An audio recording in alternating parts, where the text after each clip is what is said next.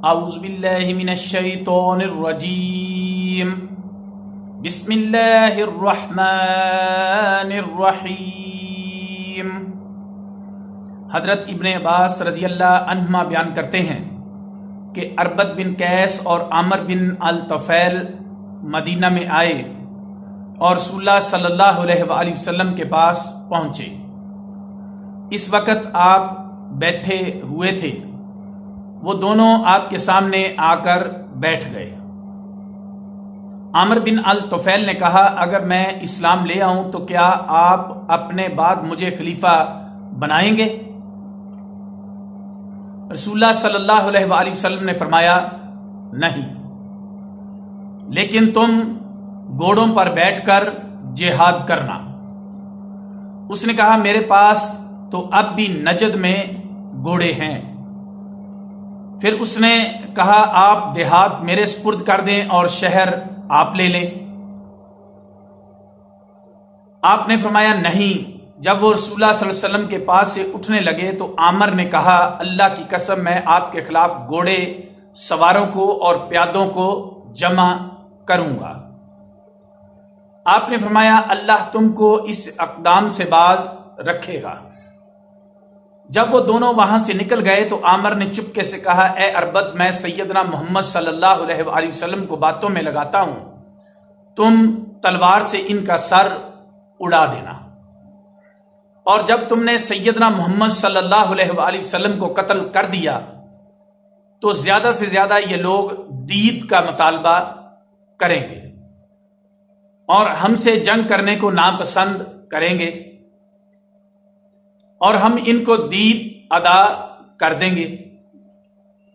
اربد نے کہا، ٹھیک ہے۔ پھر وہ دونوں دوبارہ آپ کے پاس آئے۔ عامر نے کہا، یا محمد صلی اللہ علیہ وآلہ وسلم، اٹھئے، میں آپ کے ساتھ کچھ بات کرنا چاہتا ہوں۔ رسول اللہ صلی اللہ علیہ وآلہ وسلم اٹھے اور دونوں باتیں کرتے ہوئے دیوار کے پاس چلے گئے۔ وہاں اور کوئی نہیں تھا۔ عامر رسول اللہ صلی اللہ علیہ وسلم کے ساتھ باتیں کرنے لگا اور اربد تلوار سونتنے لگا۔ جب اس نے تلوار کے قبضہ پر ہاتھ رکھا تو اس کا ہاتھ مفلوج ہو گیا اور وہ تلوار نہ نکال سکا۔ جب اربد نے دیر لگا دی تو رسول اللہ صلی اللہ علیہ وآلہ وسلم نے مڑ کر دیکھا اور آپ نے دیکھ لیا کہ اربد کیا کرنے والا تھا۔ پھر آپ واپس چلے آئے۔ جب عامر اور اربد رسول اللہ صلی اللہ علیہ وسلم کے پاس سے چلے گئے اور حرہ واقم میں پہنچے تو ان کو حضرت سعد بن معاذ اور اسید بن حذیر ملے۔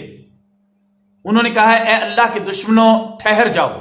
عامر نے پوچھا، یہ کون ہے؟ حضرت سعد نے کہا، یہ اسید بن حذیر کاتب ہے۔ حتیٰ کہ جب وہ مقام رقم پر پہنچے تو اللہ عز و جل نے اربد پر بجلی گرا دی، جس سے اربد ہلاک ہو گیا۔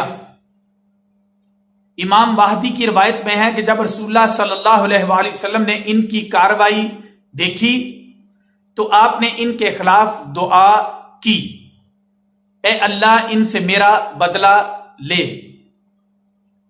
اور عامر جب آگے گیا تو اللہ تعالیٰ نے ان کے جسم میں چھالے اور پھوڑے پیدا کر دیے۔ اس نے بنو سلول کی ایک عورت کے ہاں رات گزاری، اس کے حلق تک پھوڑے ہو گئے اور ان کی تکلیف کی وجہ سے وہ موت کی خواہش کرنے لگا اور پھر مر گیا۔ سورہ رعد آیت نمبر 8 سے 13 ترجمہ۔ ہر مادہ کے حمل کو اللہ ہی جانتا ہے اور ہر رحم کے سکڑنے اور پھیلنے کو بھی وہی جانتا ہے، اور ہر چیز کا اس کے نزدیک اندازہ ہے۔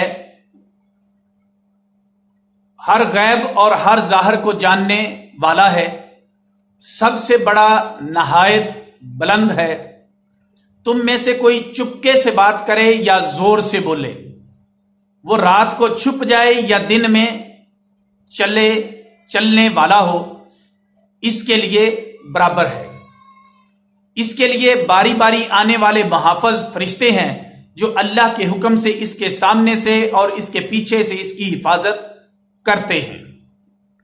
بے شک اللہ کسی قوم کی نعمت کو اس وقت تک نہیں بدلتا جب تک کہ وہ اپنی حالت کو نہ بدل دیں، اور جب اللہ کسی قوم کو مصیبت میں ڈالنے کا ارادہ کرے تو کوئی اس کو ٹالنے والا نہیں ہے، اور اس کے سوا ان کا کوئی مددگار نہیں ہے۔ وہی ہے جو تم کو کبھی ڈرانے کے لیے اور کبھی امید دلانے کے لیے بجلی کی چمک دکھاتا ہے اور بھاری بادل پیدا کرتا ہے۔ بادل پر معین فرشتہ اس کی حمد کے ساتھ اس کی تسبیح کرتا ہے، اور فرشتے بھی اس کے خوف سے، اور وہی گرجنے والی بجلیاں بھیجتا ہے، پھر جس پر چاہتا ہے ان بجلیوں کو گرا دیتا ہے، اور وہ اللہ کے متعلق جگڑ رہے ہوتے ہیں، اور وہ سخت گرفت کرنے والا ہے۔ وما علینا الا البلاغ المبین۔